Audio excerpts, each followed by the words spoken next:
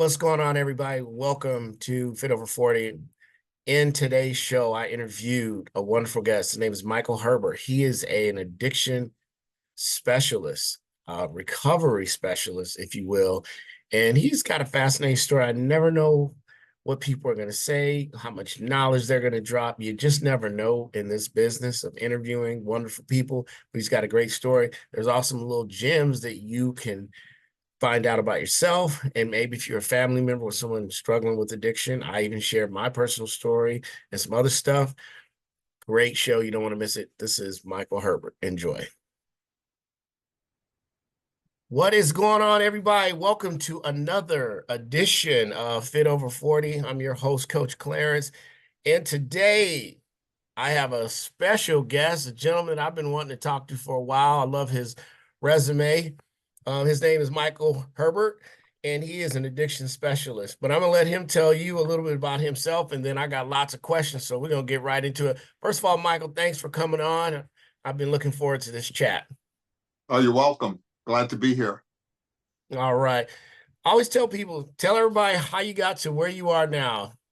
Take as long as you want or short as you want. Oh, I got to tell you, I got here through trial and error. Sure. I never imagined that I would be ever at this place, because when I was younger, I wasn't particularly athletic. I mean, I didn't join any teams or anything like that. I was just kind of like a regular kid, and even with something like basketball, I never played basketball because I had a younger brother that I thought was better than me, and I didn't want to play basketball and my younger brother be better than me, so I just stayed away from it. Right. And I was insecure. I made kind of decisions that didn't make a whole lot of sense, but they were decisions that I made to keep me safe in the world. Okay. So I was probably skinny all my life. I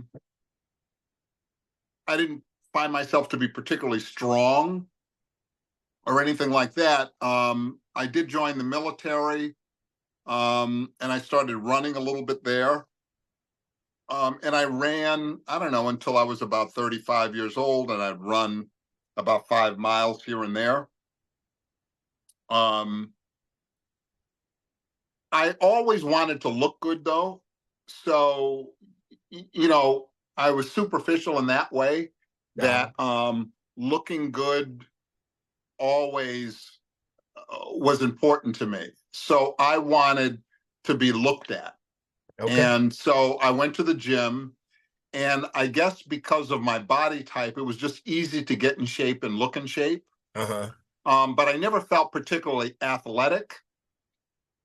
If I can jump into, at 51 years old, this woman asked me, she said, Michael, listen, the most I've ever run was 5 miles, and I didn't do that regularly. She said, do you want to do an ultra marathon? I said, well, what's that?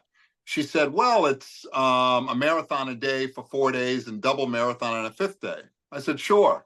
I didn't think I could do it, but I said, sure, I would try it. And I started training for it about 13 months before the race. And within 6 months, I had gotten up to being able to run 16 miles. But I got to tell you, when I got to that place, I was done. I couldn't run another mile. I wasn't going to get out there and run anymore. But I had been doing CrossFit. So I figured, you know what? I'm going to stop running. What I'm going to do is I'm going to do CrossFit to build up my endurance. I will run, because I live in Florida, I could run on the beach, and I'll run a mile a day on the beach, and that's it. So I ran a mile a day on the beach for the next 6 months and did CrossFit 4 to 5 times a week, got myself physically strong. I flew to Egypt. I got to the Sahara Desert, and there's no way I figured I could do it.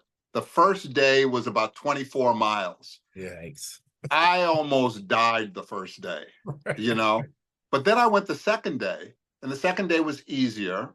And the third day was even easier than that. And then the fourth day was tough. And then the fifth day was 58 miles. But what happened on the first day, the first 18 miles, my feet swelled up so bad that I couldn't run in my sneakers anymore.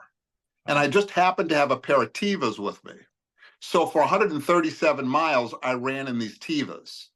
The thing about doing an ultra marathon, I mean, if you're 5'6" and 125 pounds, yeah, you could probably run the whole thing. Yes. But I was 6'1", 240 pounds, and there's no way I could run it. So I walked the whole thing. Okay. When I had gotten to the last 15 miles, I could see the finish line. And I said to myself, you know what?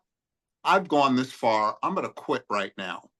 And I'll just tell people I went, 135 miles and it was fine and this, that, and the other, because I was just exhausted. And so I got my Tevas on, and then here comes next to me this woman who's running with her socks on. And she said, my shoes got so bad, I couldn't run in the shoes anymore. I had to run the rest of my race in socks. And I said, well, if this lady can do it in socks, I can finish this race. So me and her finished together. Okay. And my claim to fame around that race was 183 people started it, 117 finished. I was 114 out of 117. So I was the fourth slowest, but I beat the youngest guy who was a Korean that was 19 years old. So at least I can say, listen, I was 51 years old and I beat this 19-year-old, but it really was 155 miles through the Sahara Desert. It was 120 degrees. Every 6 miles there was a water station. And separate from that, I was the first African American who's ever done the 4 deserts race. So they do 4 deserts a year. China, they used to do Sahara, Antarctica, and Chile. They move around with Chile, and then they do a roving race somewhere else in the world. But I was the first African American to have ever done that. So, I felt pretty good about that. But when I came home from the race, I'm watching Showtime, and lo and behold, they're having this ultra marathon race with these guys have run a marathon a day for 100 days. I'm like, boy, I didn't do nothing, when I looked at them. But, it was a great accomplishment for me because I didn't think I could do it the whole time. But the fact that I showed up every day got me to that place where I was able to finish. And you know what? Yeah, I was ready to quit. But that woman inspired me, and something else got me to finish it because I was ready to end it. And it would have been a tragedy if I had ended it without finishing it. But, so that's my ultra marathon story. Since then, I tried it one more time, but I gotten an injury, so I couldn't finish it. But I've stayed physically fit the whole time. It's really important to me. I am concerned that one day I'll be 80 years old. And if I don't have the muscle, to get me through it, I'm going to be a frail 80-year-old. I watch people now. I'll be 65, in a couple of months. And I watch people who are 70, 75, and 80. And I can see what I'd like to be at 80, and I know what I don't want to be at 80. Yeah. And so there's a certain amount of work that you have to put in order to get there, injury-free. I did CrossFit for probably 15 years, but in my mind, I was one of those smart CrossFit people where I wasn't going to compete with these 29-year-old, 25-year-olds going crazy with these lifts and this, that, and the other, because I knew if I got hurt once, I would be done. Yeah. So I played it safe. I did what I needed to do. And then I think when I was around 60, I decided, CrossFit wasn't for me. And I moved on to something else. But in the moving on to something else, I had gotten to a place where I was in the best physical condition I could be. I joined this thing called the Lift Lounge. I had a Peloton machine. I got this climber machine, and I'm working out 7 days a week. And at 62, they did my numbers, and I was as physically fit as a 43-year-old. Wow.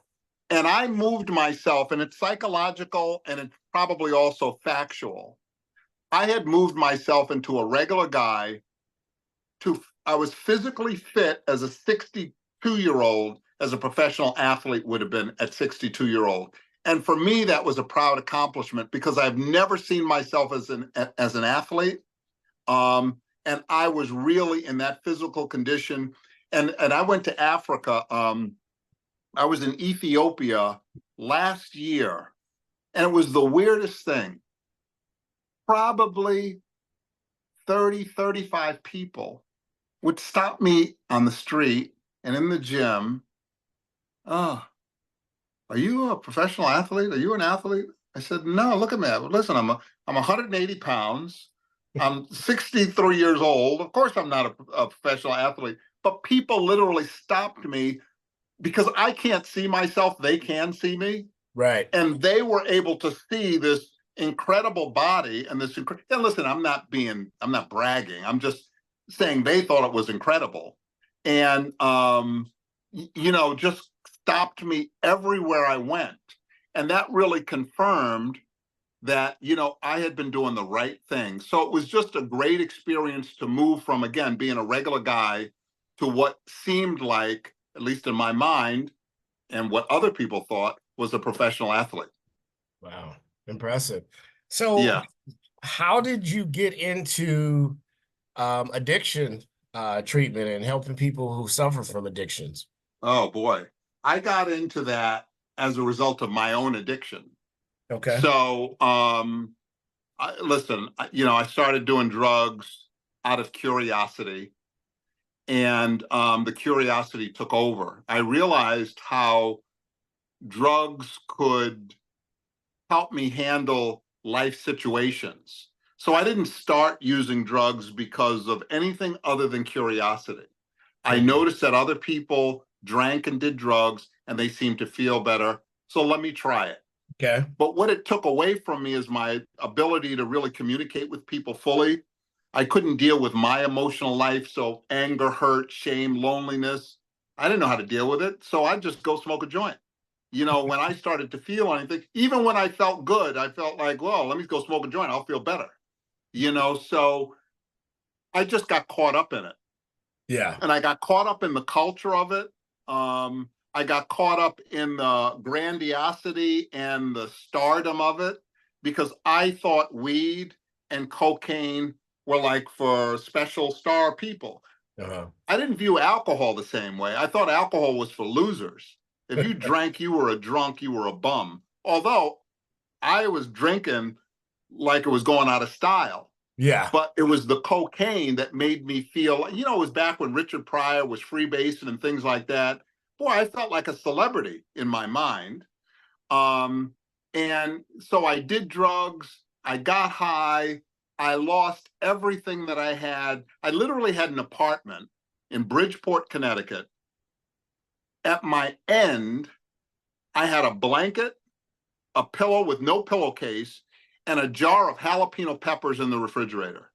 And that was it. I no longer had a couch. I no longer had a TV. I didn't have anything. Everything I owned could fit in a box of Newports, but it fit in a suitcase. I Yeah. mean, I didn't have anything. And I had a great job at one time at the post office, and I realized I thought it was a great job because being raised in my family was like, you know, to be a successful Black person, you either got a job at the post office, the railroad, or some government job if you weren't going to be a doctor or a lawyer. And I wasn't going to be a doctor or a lawyer. So I got myself a job at the post office. And then I came up with the bright idea. I said, you know what? I got a drug problem. And the reason why I got a drug problem is I make too much money. So Mm. I went down to the office and I quit my job at the post office. I was insane, my thinking. So I quit the job. And I got up the next day and I still got this drug problem. How am I going to buy my drugs? So I got another job. And fortunately, that job, I was a janitor. I wound up being a janitor at the Hartford Civic Center. And the Hartford Civic Center was owned by Aetna Insurance Company. So the day you got the job, your insurance kicked in. And I got that job. I kept that job for about a month and was smoking crack and I was down to 158 pounds. I eventually lost my room. And listen, you don't know me, but I'm a pretty grandiose guy that, thought really highly of himself, thought I was better than other people, this, that, and the other. And I wound up a bum. And there was one day I was walking down the street and I had this white hoodie on, and I passed the glass and I saw my reflection. I was skinny, I was dirty, and I looked like all of those people I used to judge. So I had this job. Eventually, I had a room at the YMCA, and I had the bright idea, you know what? I'm going to save some money.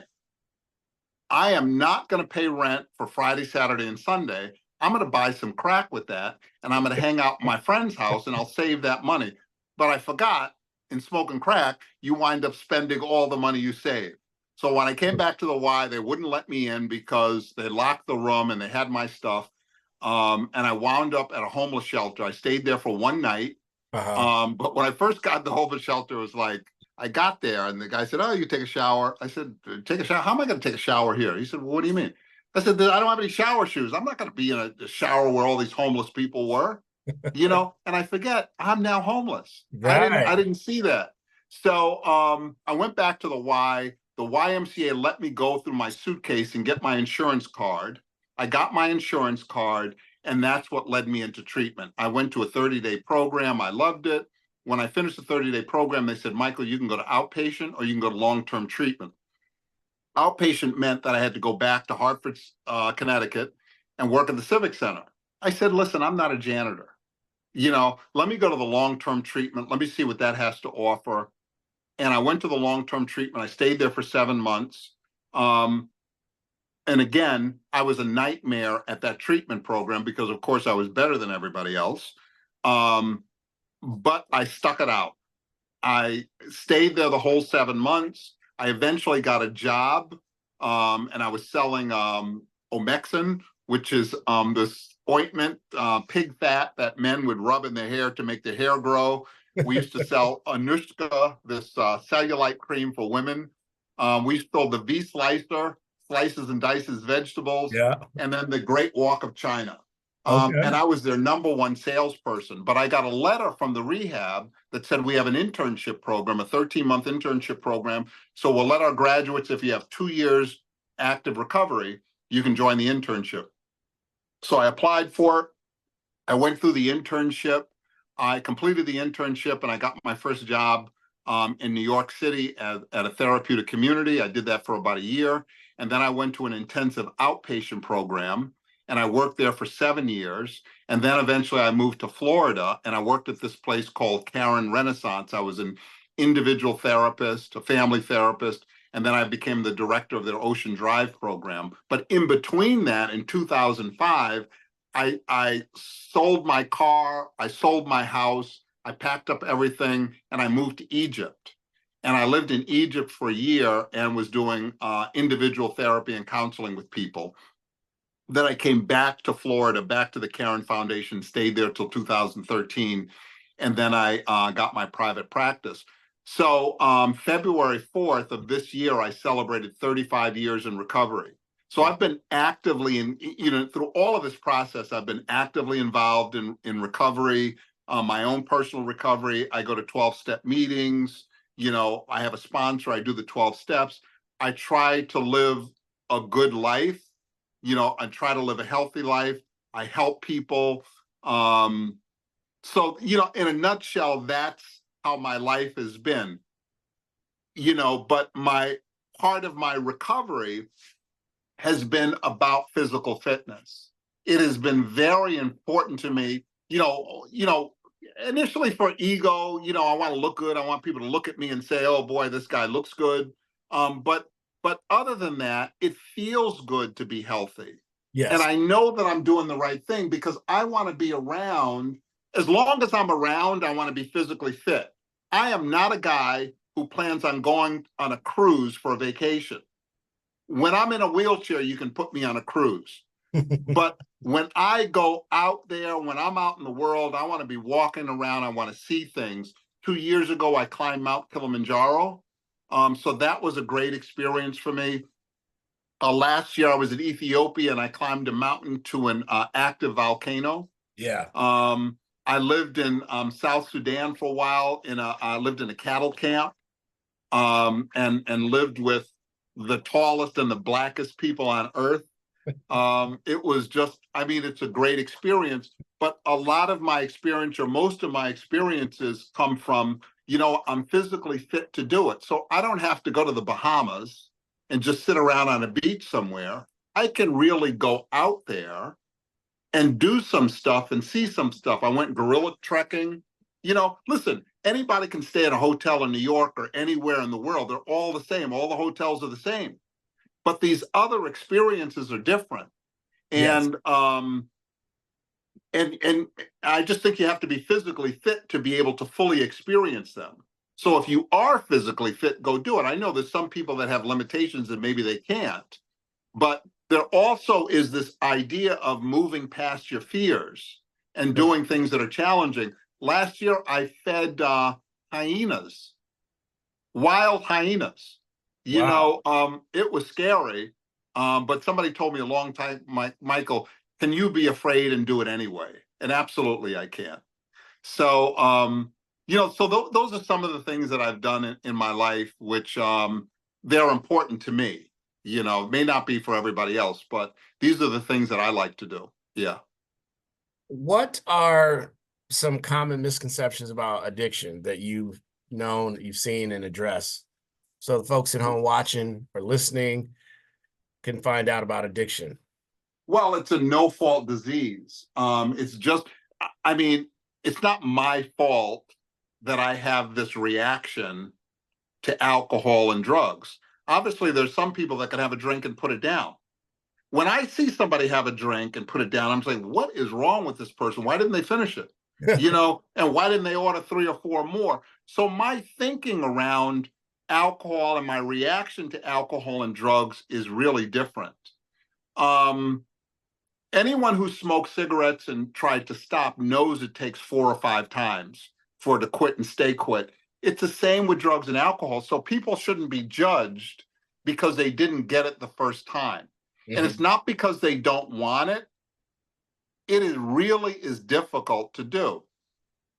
The other thing is, if I have a drug problem and I'm in a relationship with you, whether you're my brother, sister, wife, husband, parent, you've got a drug problem, whether you think you do or not, because you've actively engaged in trying to help me, judge me, criticize me. You have headaches, you have memory loss, you have money loss, you isolate from people, you're embarrassed. You go through everything I went through as a drug addict, and you don't even have a drug addict. So that also lets me know, which people don't get often, is the family needs help too.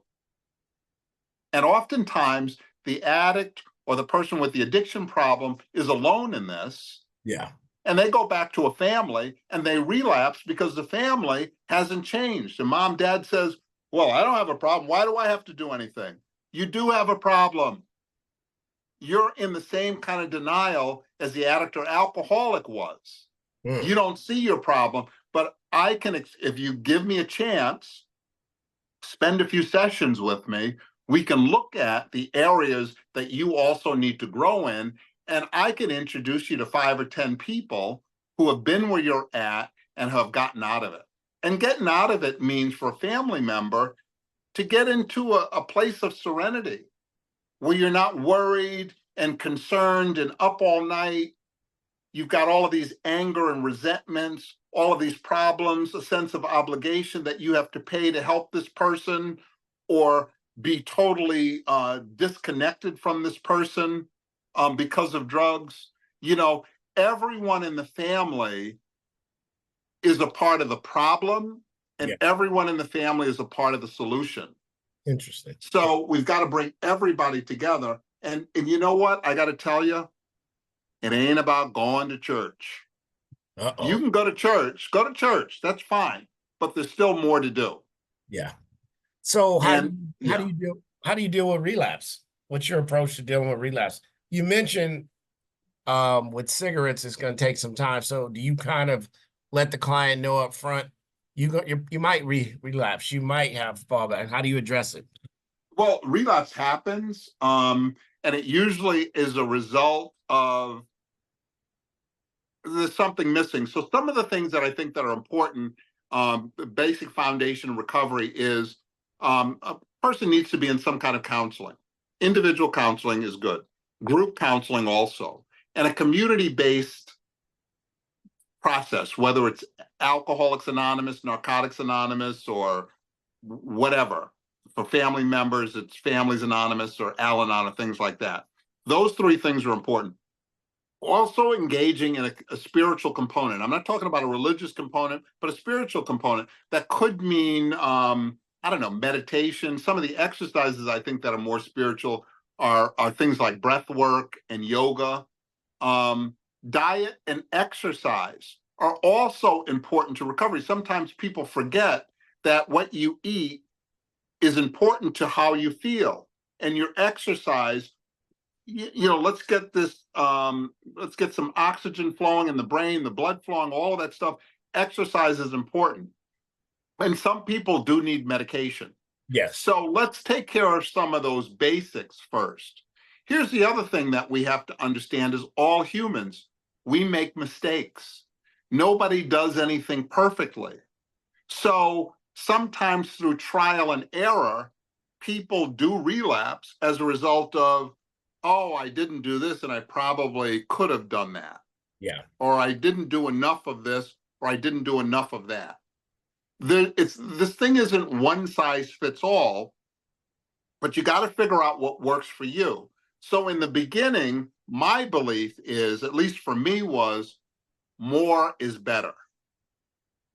And I just did more, like I went to the meetings every day. Mhm. Could I have not gone? Sure. But I didn't want to risk it because what I had gained was important to me and I wanted to keep it. And I didn't want to start over again. I don't want to start over in a homeless shelter or some lousy apartment or unemployed or not have money or have to ride the bus again. I like driving my car. I like a life of convenience. So I'm how do I keep a life of convenience? Well, I just got to practice these principles. The okay. other piece is engaging in what you might call spiritual principles. So Oh, how do I practice honesty, open-mindedness, willingness, compassion, you know, all of these things that people talk about, but how do you practice them? yeah. You know, yeah. So, when I talked to some people and let them know I was going to be speaking to you, this is a big thing that comes up. And you've heard the term addictive personality. Mhm, You have some people who'll say, "Hey, I just don't drink," and I'm just using alcohol because at this mhm, point in my life, I'm not around a lot of, at least publicly, active mhm, users. mhm, So people say, I have an addictive personality, so I don't touch stuff like that because I'll just go out the deep end. Then you have people, for example, who can be drinking for years and years and years and just stop mhm. cold turkey. How do you explain that phenomenon versus a person who really had the same time length struggling with it? Like me, for example, I'm 53. I just decided I don't want to drink anymore, and I just stopped. Uh, Mhm, I mean, I have the same issues as everybody else. I have, stress, different things are going mhm. on in my life. But I just one day I was like, yeah, this ain't working for me. So I just stopped. But then I have Well, friends who are in the same mhm. boat. It's a complete struggle. They keep going back and forth. How would you Well, explain that? I would say, you got to understand there's a difference between you and them.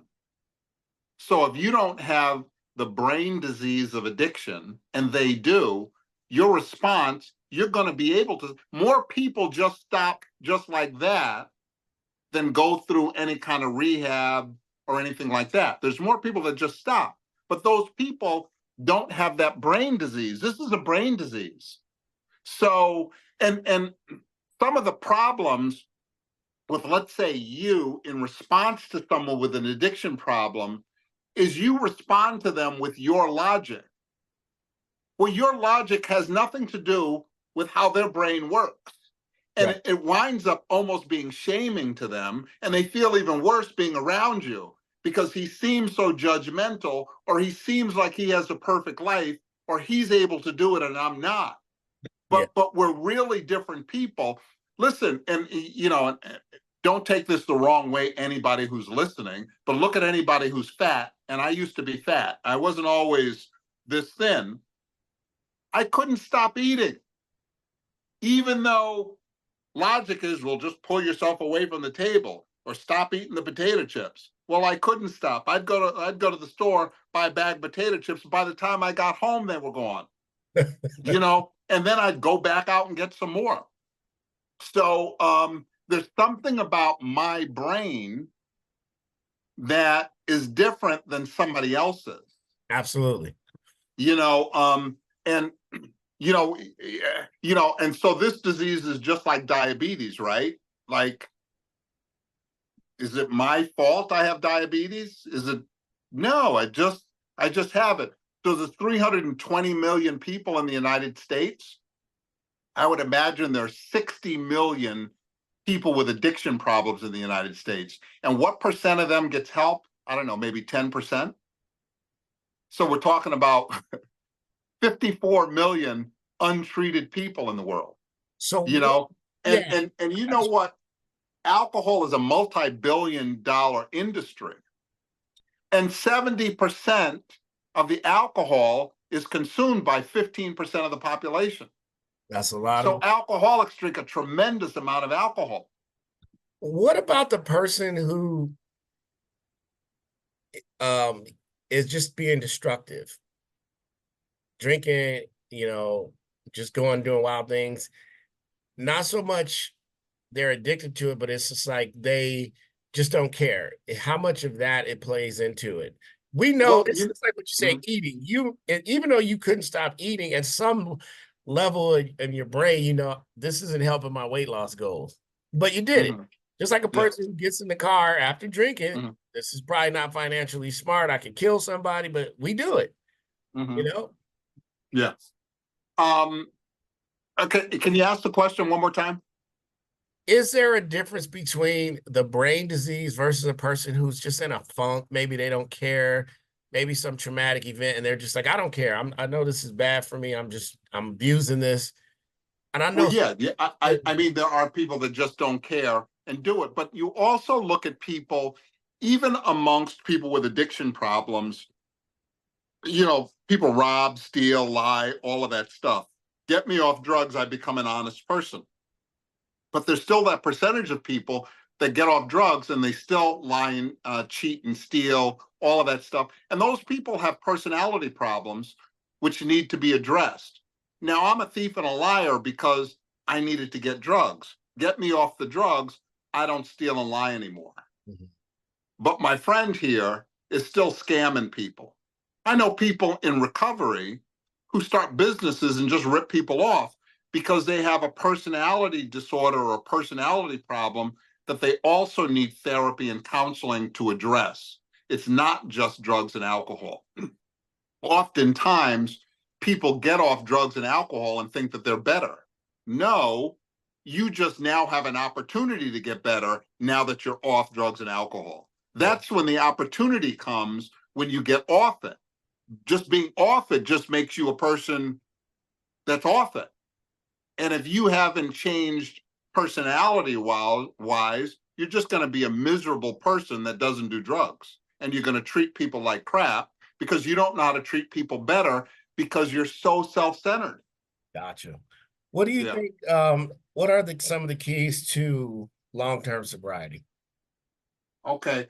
I use the term recovery, not sobriety. Okay. But some of the keys are again, diet, exercise. You want to feel good about yourself. One of my passions is travel and adventure. My first trip, I did a primitive living course in the 1990s in the desert of Utah. That's what I wanted to do. I did another course in with the Tarahumara Indians in the mountains of Mexico. Those are the things that I want to do. To get clean, and all you do is therapy and 12-step meetings, to me, would be a miserable life.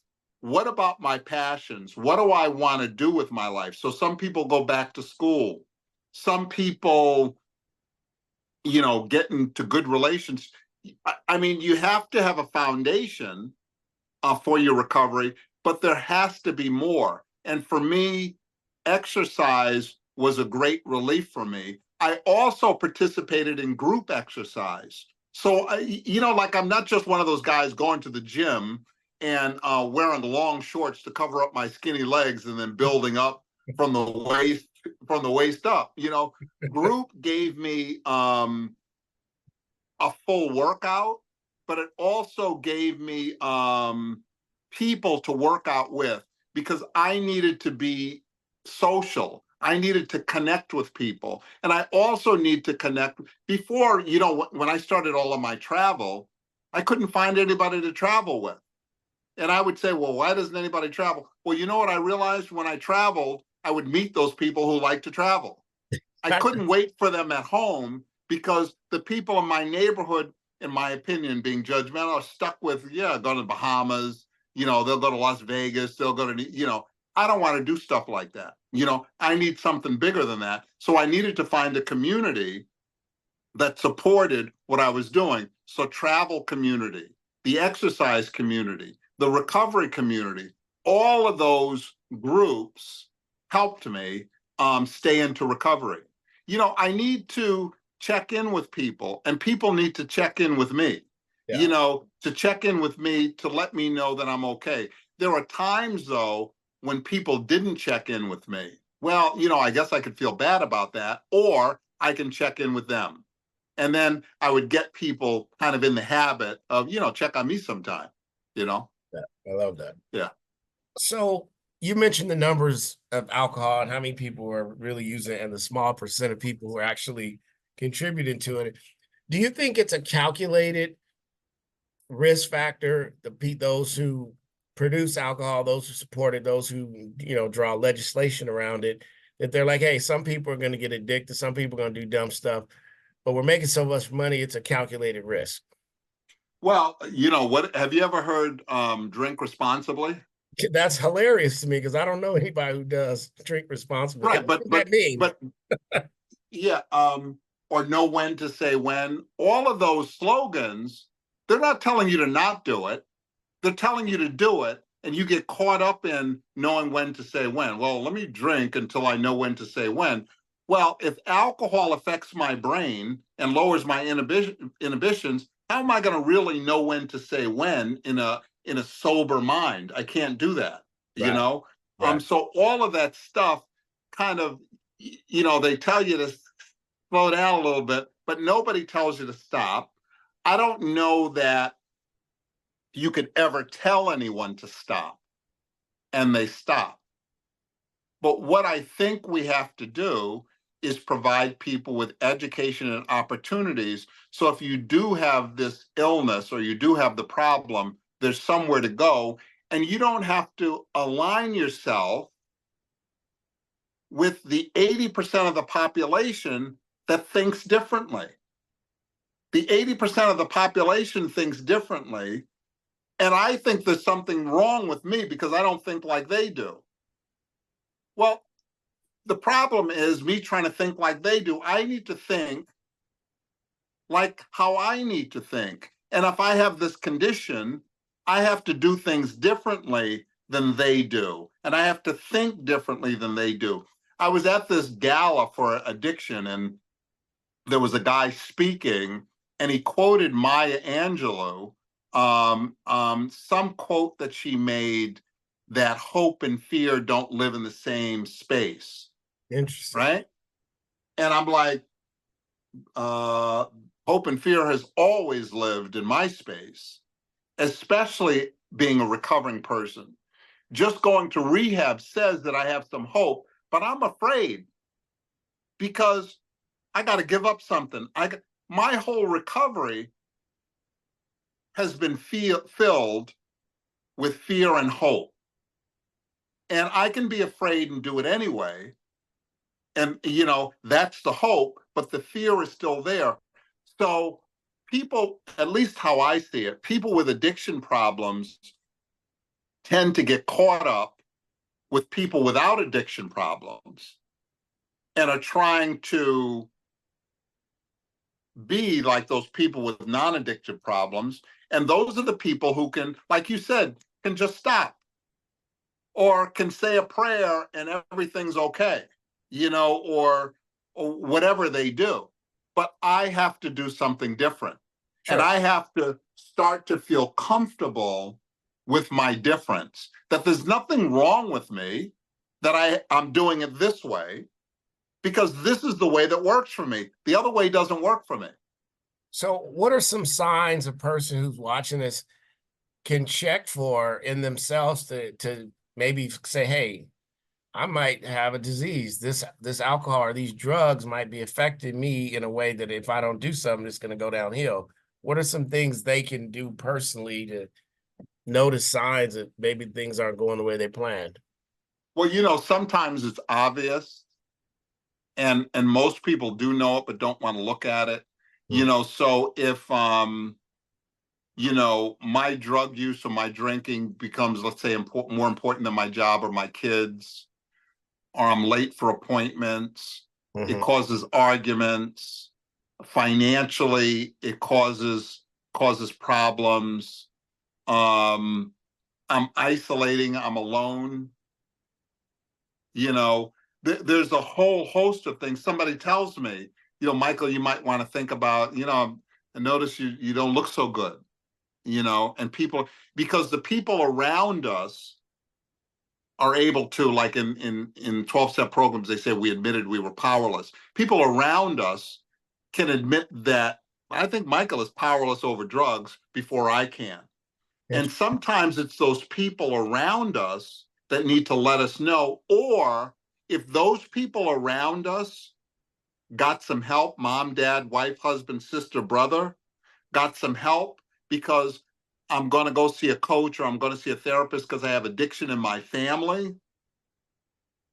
The fact that that wife, mother, brother, sister, aunt, uncle got some help and starts to change is going to affect the people around them. And the addict is around, well, how come my aunt is acting differently in response to me? What is she doing differently? What is my mom or my spouse, my wife, husband doing differently? What's going on with you? Well, I started going to those meetings, or I started seeing well, why are you going to see them? Well, because, my reaction to you. I'm always trying to help you. I'm always doing this, or I'm angry and resentful towards you, and I want to become a better person. Would you like to come to a meeting with me? Or why don't you go talk to Michael? He'll, tell you what he does, So there's lots of ways that you can help people get the help or help them see that there's a problem. I got to tell you, one of the things that disappoints me the most in people who come to see me at times is they come to see me when they have nothing. When you say nothing, are you They mean have not. end of the road or you mean? They broke. They can't afford my services, Oh, gotcha, and gotcha. then they want me to do it for free. And listen, I'll help you out, but I have to live too, Yes. and I have to set boundaries. I'll give them some direction. I'll send them where I think that they can get some help, and they have some hard work to do. Yeah. But you know, a good deal is a good deal for both. I I agree. do like helping people, so I get something out of helping people, but I can't just give away all my time, That makes, because that's not fair to me. I you really know love, and oh, and one of the things that I needed to learn to do is take care of myself in a self-caring way, not a selfish way. That, yes, Michael, you come first. Your spiritual life comes first, your mental health comes first, your physical comes first. And once you take care of that, then you can help somebody else. Just like in the airplane, when the oxygen mask comes down, place it on yourself first, right. before you can help anybody else. Yes.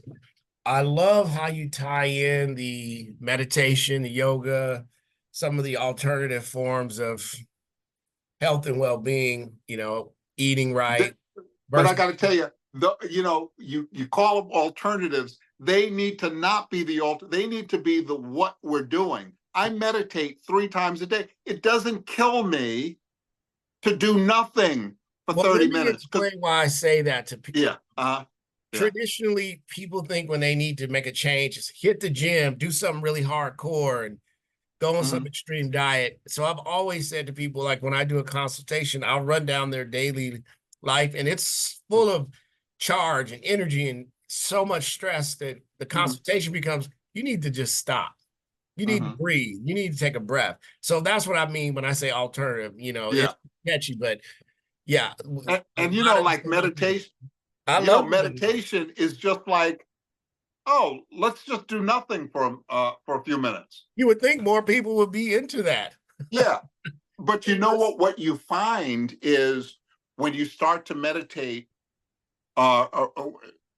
is how busy you are and how, you know, your mind is just racing and racing. So Right, am I in charge of my mind or is my mind in charge of me? right. And meditation helps me get to a place where I become in Mhm. charge, rather than all of these thoughts and all of these things taking over me. And then I have to respond to all of them. Yeah, That, you know what, I can sit still for a while and the world can wait. I agree. You know what I mean? And it's good for me. Yeah. It's good for me when I do that. So I use this app 3 times a day. But then sometimes I just get on my front porch. I got this nice little lounge chair on my front porch, and I just sit there, shut my eyes, stretch out, and then I just breathe. Yeah. And I focus on whatever sounds are coming up, whether it's a car go by or birds, or I can hear somebody walking down the street, and that's what I focus on. Sometimes I do it on the breath.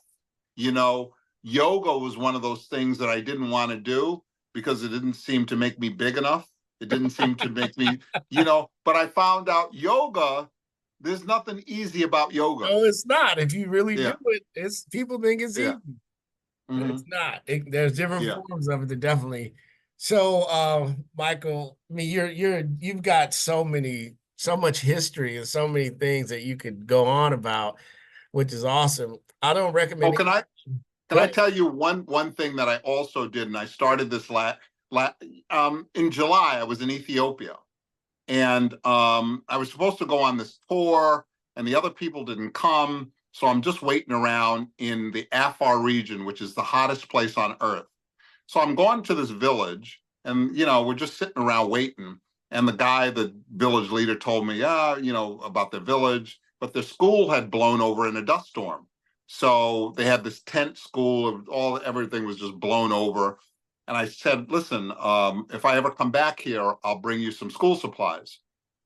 So this was in July of last year.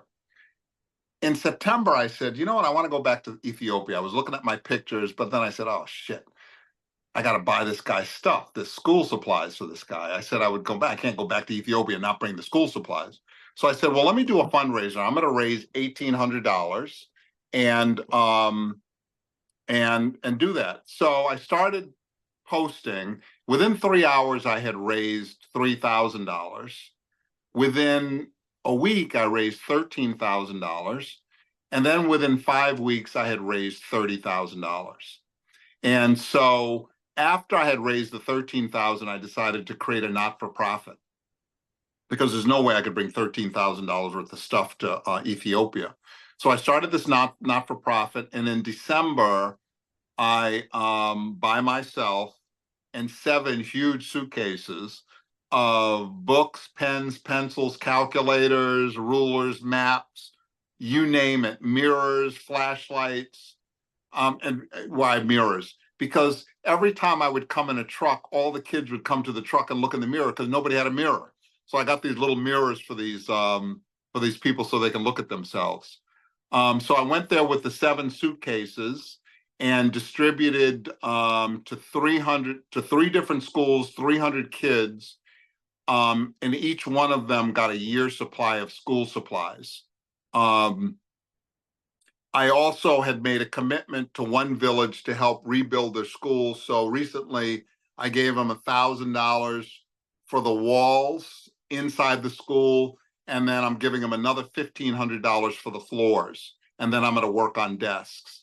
So I started this not-for-profit called African Hopeful Horizons, Mm-hmm. .org. And what I do is I go to remote villages in Africa, remote villages. So I don't go to the big cities. I go to the remote villages where people are forgotten and provide them with educational materials. The only way out for these people is education. It's not going to be me giving them a T-shirt or something like that. So I'm helping them with that. My next project with this one particular group, it's going to be expensive, is that I want to create a chicken farm for them where they'll have roasters and egg-laying chickens so they can provide a lunch program for themselves. So the 127 kids in this one school will be able to provide a lunch, but with the eggs and the hens, they can also sell them to sustain the chicken farm, but also to provide a lunch program. Because initially they wanted to do a lunch program, and I was down for that. But I realized when they run out of food, I got to give them more money. Yeah. So they need to come up with a way to be self-sustained. So I'm working on that. I have about $25,000 left over. I probably need another 25,000 so they can build it, get the chickens, get the eggs, and get it going, and sustain it. So that came from wanting to help people. Like, I do the coaching and I do the counseling, I do all of that, but boy, there's got to be more. Yes.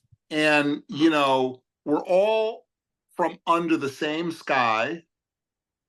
I have no where I was born was where I was born. I had no say in that. These people had no say in where they were born. And they're in just, can you imagine living in the hottest place on earth 365 days a year? These kids, right? Their parents, their grandparents, their children, their grandchildren in life may never experience having a glass of ice water. Yikes. So listen, I want to do my part. So my part is, to help them out and give what I can give. I just, listen, I have 4 TVs. I can only watch why do I have so much stuff? I don't need all of this stuff, and I can't take any of it with me. Yeah. So I might as well share what I have while I'm here. That's awesome. Mhm. Michael, where can people find you? They want to, support you. They want to maybe get some coaching from you. Where's the best place to find you? Okay. You can find me on coachmichaelherbert.com.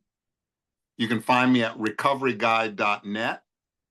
You can find my not-for-profit, AfricanHopefulHorizons.org.